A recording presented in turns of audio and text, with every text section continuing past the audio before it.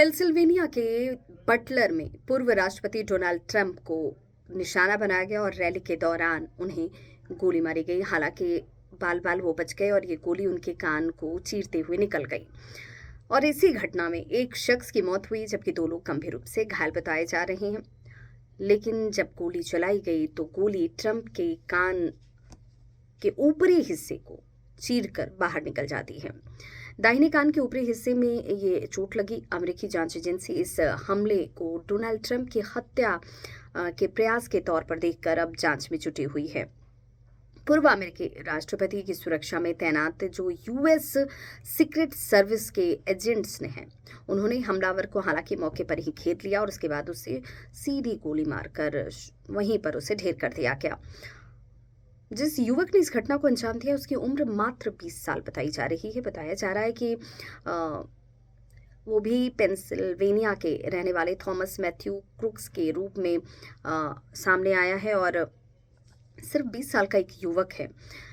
बेथिल park Buttler जहां पर यह सभा एक तरीके से कहिए कि की जा रही थी डोनाल्ड ट्रंप की तरफ से, लगभग 40 मील दक्षिण स्थित ये जगह है और घटना असल से एक AR-15 सेमी ऑटोमेटिक राइफल को बरामद किया गया है और ये संभवतः माना भी जा रहा है कि ये जो हमलावर था इसी का ये हथियार है और इसी हथियार का इस्तेमाल युवक ने फायरिंग के लिए किया है।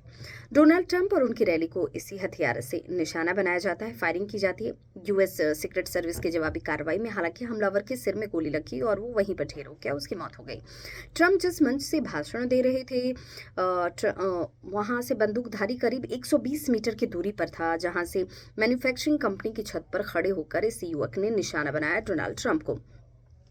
चूंकि एक खुला मैदान, खुला इलाका, इसीलिए उसकी नज़र साफ साफ डोनाल्ड ट्रंप को देख पा रही थी और निशाना भी उसने लगाया। लेकिन बताया जा रहा है कि ये निशाना जो है वो चूकता है और तभी डोनाल्ड ट्रंप की जान बच पाती है।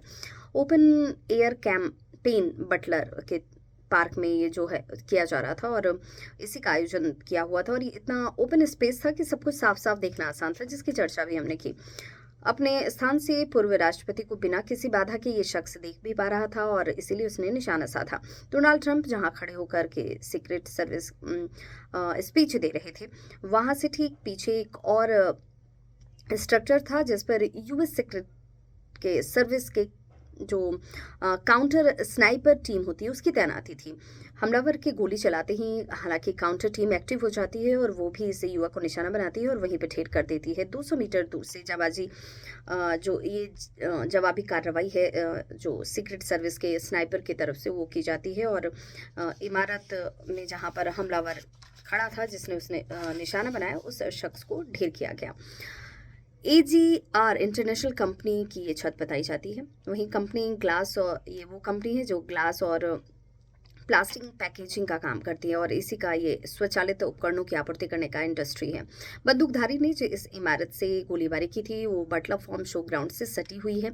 दोनों के बीच केवल कंटीले तारों का ही एकमात्र अंतर था। गोलीबारी इमारत के जिस जगह से की गई वहाँ से ऊपर से देखना सब कुछ आसान था और जैसे ही रैली में हजारों के दर्शक आपको नजर आ रहे होंगे इसी स्टैंड में जहां पर खड़े होकर के डोनाल्ड ट्रंप भाषण दे रहे थे, उसी दौरान उनको शूट किया जाता है। जब ट्रंप को घटनास्थल से दूर लेकर ये जो उनकी सिक्योरिटी में तैनात लोग थे वो ले जा रहे थे, उनके कान से खून गिर रहा था और चेहरे पर भी खून लगा हुआ था। डोनाल्ड ट्रंप पर हमला होते ही सीक्रेट सर्विस के जवान हालांकि एक्टिव हो गए थे और चारों तरफ से उन्हें कवर भी कर लिया गया था अपने समर्थकों की तरफ। हालांकि उन्होंने हाथ दिखाते हुए घेराबंदी भी थी, तब भी ये बताया कि I am fine, I am good, nothing to be worried about. और उनकी गाड़ी तक हालांकि उन्हें जो उनके सुरक्षा गार्ड हैं वो लेकर जाते हैं, अस्पताल पहुंचाया जाता है, उनका प्राथमिक उपचार होता है और उसके बाद डोनाल्ड ट्रंप को छुट्टी दे दी गई है।